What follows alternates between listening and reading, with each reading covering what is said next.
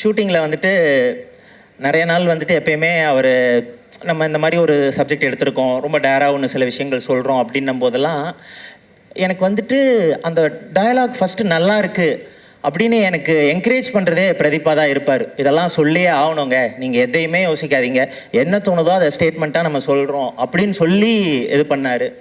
ஆக்சுவலாக ஒரு விஷயம் சொல்லணுன்னா, படத்தோட எண்டில் வந்துட்டு ஒரு டயலாக் இருக்கும், உங்கள் ஆணவத்துக்கு கொலை பண்ணுவீங்களாடா, அவ்வளோ ஆணவம் இருந்தால் நீங்கள் போய் சாவுங்கடா அப்படின்ற ஒரு ஸ்டேட்மெண்ட் இருக்கும். அது ஆக்சுவலாக படத்தில் ஃபஸ்ட்டு இல்லை. நாங்கள் படம் ப்ராசஸ் பண்ணிகிட்டு இருக்கும்போது தான் அந்த ரொம்ப திருநெல்வேலி கவின் அவரோட ஆணவ கொலை தொடர்பான நியூஸ் நாங்கள் பார்த்தோம். ரொம்ப கஷ்டமாக இருந்துச்சு. ஸோ அப்போ நம்ம ஏதாவது ஒன்று சொல்லணும் அப்படின்ட்டு எனக்கு ஃபஸ்ட்டு புஷ் கொடுத்தது அவர் தான். அதுக்கப்புறம் தான் அந்த டயலாக் நான் யோசிச்சுட்டு வந்து அதில் ஆட் பண்ணேன். அந்த கட்ஸுக்கு ரொம்ப தேங்க்ஸ் ப்ரோ.